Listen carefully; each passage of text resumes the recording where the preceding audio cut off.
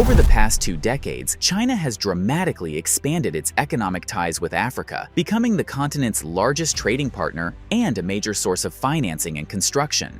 In 2024 alone, China announced over. The global balance of power isn't just shifting in boardrooms and battlegrounds, it's unfolding in real time across African soil. With US aid tapering off, China's grip on the continent tightens through billion-dollar infrastructure deals, zero-tariff trade, and strategic partnerships. Africa stands at a crossroads, one that could define its future: the vanishing hand of the West. U.S. foreign aid to Africa once carried a symbolic weight development assistance that combined soft power, public health investment, and Cold War-era ideological competition. But over the past decade, that approach has softened, and under the weight of domestic political fatigue and budget constraints, Washington's footprint is visibly shrinking. President Biden's administration pledged renewed engagement with Africa, but much of it was rhetorical. The Africa Leaders Summit in late 2022 promised $55 billion over 3 years, but by mid-2025, only a fraction of those funds had translated into actual on-ground projects. According to recent analytics, U.S. influence in sub-Saharan Africa has dropped to 21%, compared to China's surging 48%. The optics have changed too. American investments tend to be slow, bound in red tape, with funds filtered through multilateral institutions and heavily conditioned by political criteria. Meanwhile, China shows up with bulldozers and engineers. China's checkbook diplomacy from Nairobi to Niamey. Where the US retreats, China advances fast. The numbers are staggering. By 2025, China has invested over $155 billion in African infrastructure through the Belt and Road Initiative. Railways, ports, dams, highways, entire economies are being reshaped by Chinese-backed blueprints. In Kenya, the $3.6 billion standard gauge railway connecting Mombasa to Nairobi was built by China Road and Bridge Corporation. In Nigeria, the $1.3 billion Abuja-Kaduna rail line is another high-visibility project. Across Africa, Huawei and ZTE are wiring the digital backbones of new smart cities. But China's aid doesn't come with the ideological preconditions that often accompany Western grants. Beijing is offering concessional loans, zero-interest debt relief, and technology transfers under the principle of non-interference. In many capitals, this is seen as a refreshing contrast to Western paternalism. And China's latest move? A massive zero-tariff import policy. The zero-tariff Gambit 88% of goods, no duties. On July 1, 2025, China launched a sweeping new economic initiative, a zero-tariff policy on 98% of taxable goods from African least developed countries. As of this rollout, 21 African nations from Ethiopia to Togo qualify for the benefits. This is not symbolic, it's structural. In one stroke, Beijing rewrote the rules of trade access.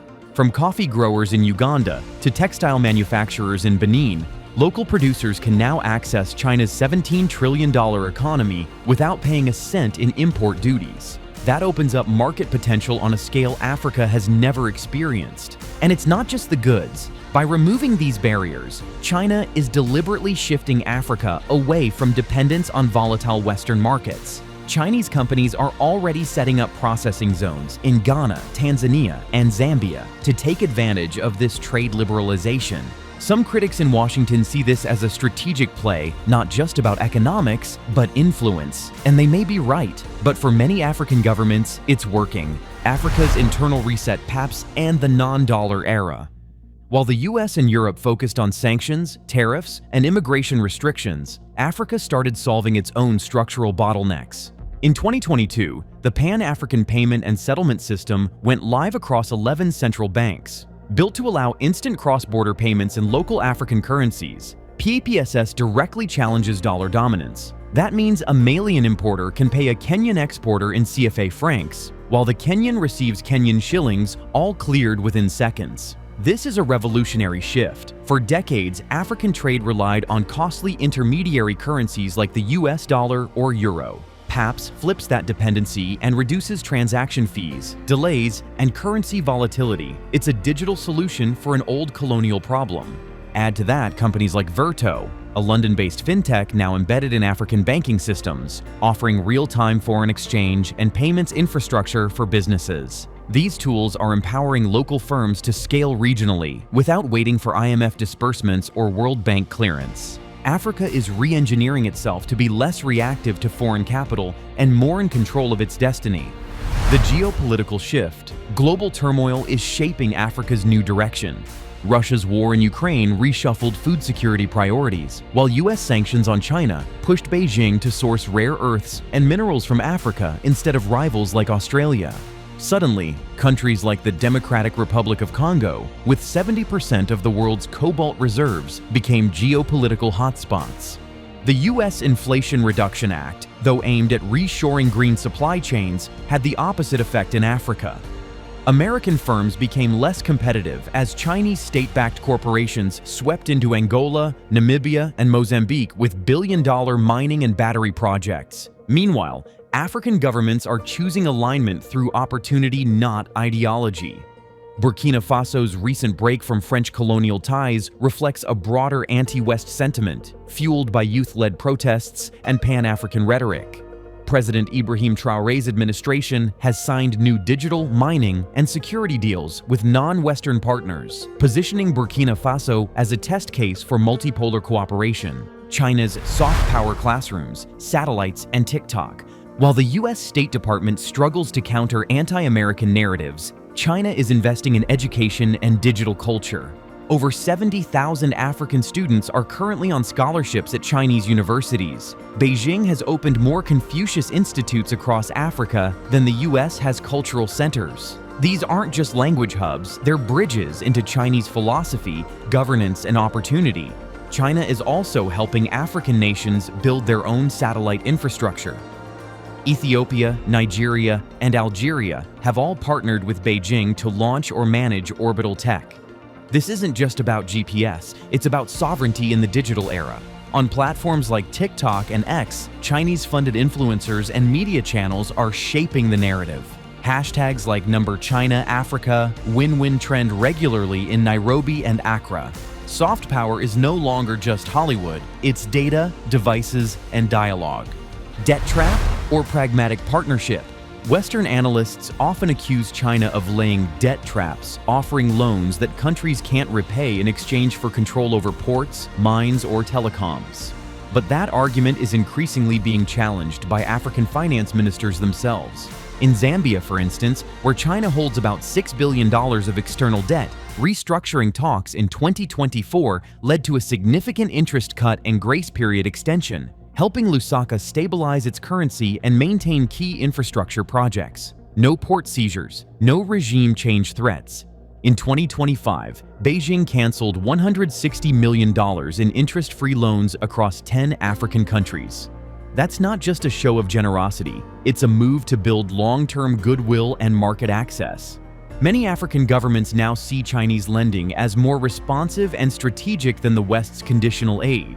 Yes, there are risks, but there's also a sense of agency that wasn't there before. Take Egypt, for instance, a country battling inflation, a collapsing currency, and skyrocketing youth unemployment. While Western partnerships have slowed, China is expanding its footprint with laser precision.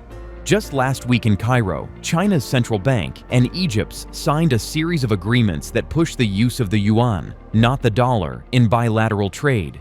And this isn't just symbolic, it could be the early playbook for how China internationalizes its currency without confronting the West head-on.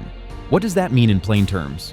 China wants Africa to trade in yuan, its currency, rather than using the US dollar.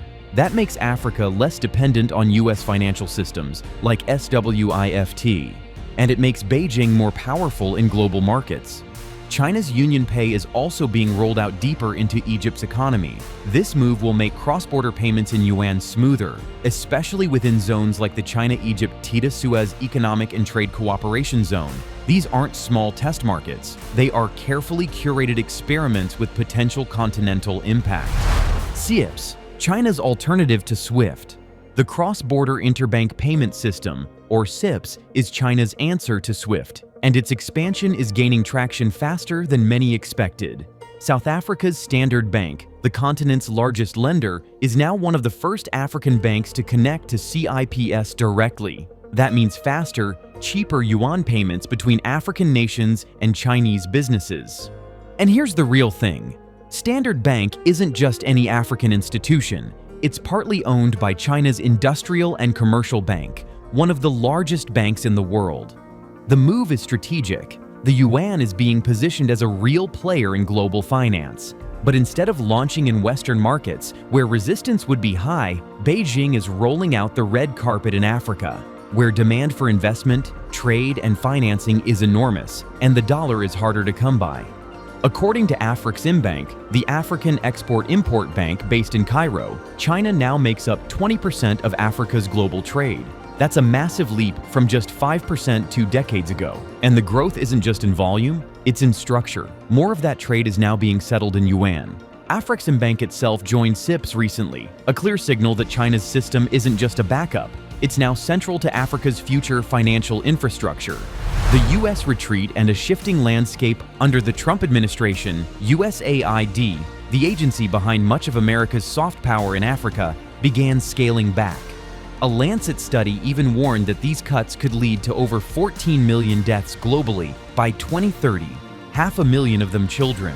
So when President Trump hosted leaders from 5 West African nations, Liberia, Senegal, Gabon, Mauritania, and Guinea-Bissau, at the White House recently, it raised more questions than answers. Why now? Why these nations? Analysts believe it wasn't just about diplomacy, it was about minerals, ports, and strategic influence. Every one of those countries has access to valuable resources or key maritime trade routes.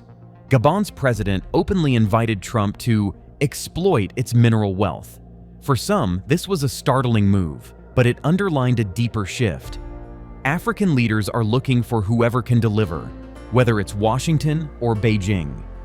Christopher Famunyo of the National Democratic Institute says the meeting was likely a blend of commercial diplomacy and geopolitical maneuvering, with China very much in the rearview mirror. South Africa's role in the experiment. South Africa plays a pivotal role in this financial experiment.